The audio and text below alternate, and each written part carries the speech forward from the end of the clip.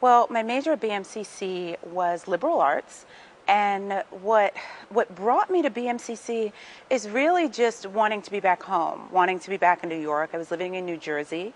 I had graduated Montclair High School. Kind of took a year off. I took a class here or there, but just felt like downtown was the place to be. And I just thought that Chambers Street and the World Trade Center and the World Financial Center was just the most wonderful place. And that's really what brought me down here. And BMCC was the closest to all of that at that time. The dance department at the time was headed by Alvin Ailey.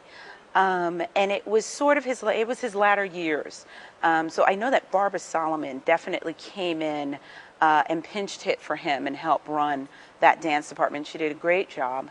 And I took ballet in the morning. I had modern dance after that and jazz, and it just kind of went on throughout the day. And then there was that break, and we would have that dance club. So it was all the sort of elite dancers of BMCC. And we toured throughout New York, actually, and really made an impact on a lot of places.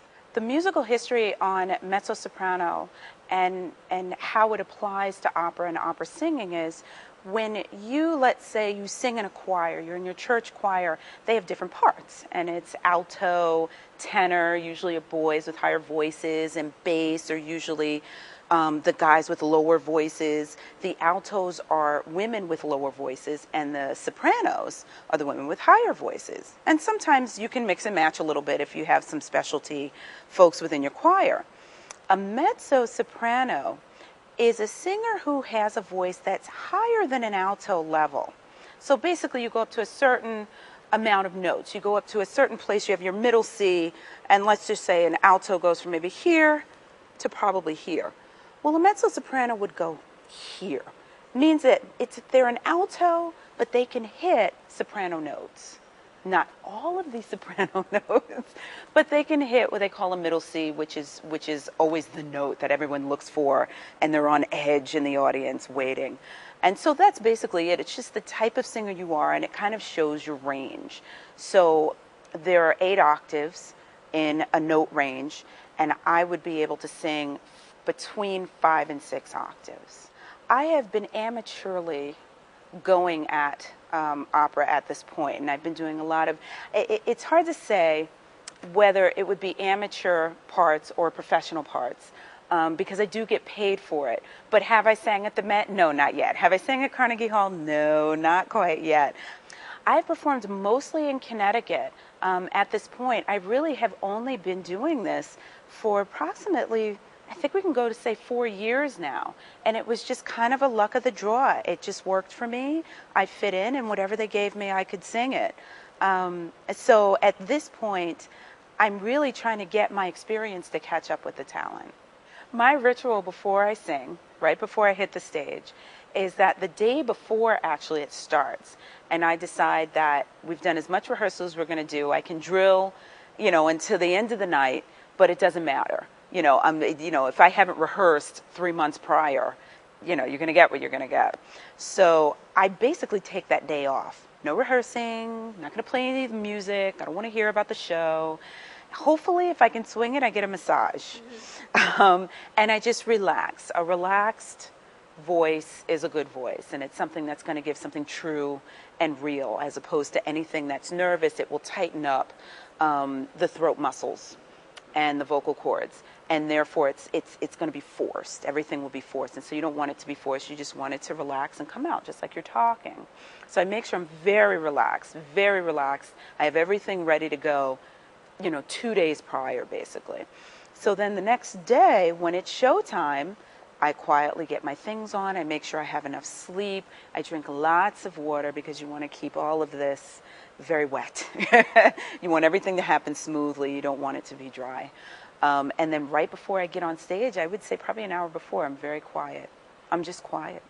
The funny part about BMCC, actually, it's funny. When I was at BMCC, I was definitely not one of the quiet students. And I did sing everywhere that I went. But I was not singing then. I was dancing. But I always did sing, and I loved the songs that we danced to. And so when we would get changed, in the restroom, get on the dance clothes on, I would be singing these songs like full out. But ironically, at that time, I was not singing professionally or otherwise. What I'm asked to sing live is really not any particular thing. I'm just asked to sing something. Someone is always saying, "Oh gosh, I just want to hear you, but just sing anything, just sing something." That's what I get most of the time. They always say, they go, "Can you sing something right now? Can you just do a little something? Just 2 lines, just 2 lines, And that's it. There's never any one thing. What made me move out of New York City from BMCC is that I ended up getting married, and I had children, and our family was growing, and New York was not. And so I looked for places, and I saw that there were options in New Haven, that although, Yale was there, there were other options in terms of schools there, and there are a lot of schools that have good music programs. So there was also Southern Connecticut, and we actually lived very close to Southern Connecticut. So the way I felt about it was just I wanted to be walking distance. And because I had such a big family, I was allowed actually at that time by the government to have full financial aid. And so I could take any course I wanted to. I miss New York all the time. It's still, I have to say, it's fairly crowded, but it's getting crowded in New Haven as well. And my favorite thing that I love about New York is the culture, is the opera that you can just get at your fingertips anytime, and the vast culture of performance art that is available to you, at a range of prices. It could be anywhere from $0 to $1,500 to $5,000. There's so many options to be involved and be a part of performance art and culture in New York. The advice that I would give a BMCC student that is looking into going into the performance art industry is to look to eat very little, live with a large number of people in a very small place, i.e. save your pennies, and really keep with your passion. Your passion is what's going to fuel you, and it's what's going to keep you going. Okay, I'm going to do the Italian version of Susanna's aria from The Marriage of Figaro. Giunse a figli il momento che godrò senza affanno il braccialito mio. Chi mi ricurre uscire del mio petto a turcar non venite il mio diletto. Oh, come par che l'amoroso fuoco la menezzel de loco la terra el ci risponde.